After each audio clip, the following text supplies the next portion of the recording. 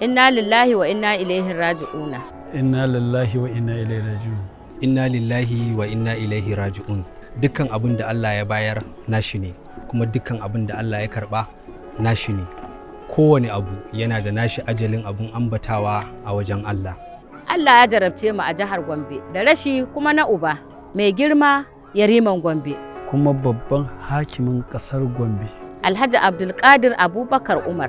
Babu shakka wannan babban rashi ne kuma gibi ne wanda ba za mu iya cike shi ba.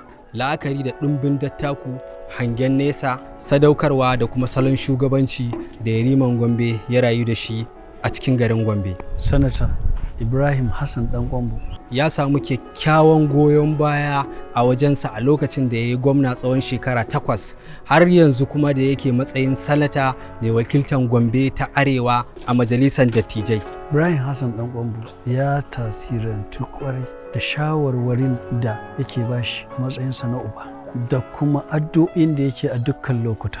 A madadin shi kansa Talban Gombe da iyalansa da jama'ar mu ta Gombe ta Arewa baki daya, yana mika sakon ta'aziyya ga mai martaba sarkin Gombe da masarautar Gombe baki daya, iyalai da 'yan uwan marigayi da ma dukkan jama'ar jihar Gombe baki daya da Najeriya. Muna roƙon Allah da ya yafe masa dukkan kurakuransa, ya ba shi ladan hidima da ya yi wa al'umma da addini baki daya. Allah ya gafarta masa, mu kuma ya ba mu haƙurin wannan babban rashi da muka yi a jihar Gombe. Jihar Gombe a bar alfaharinmu.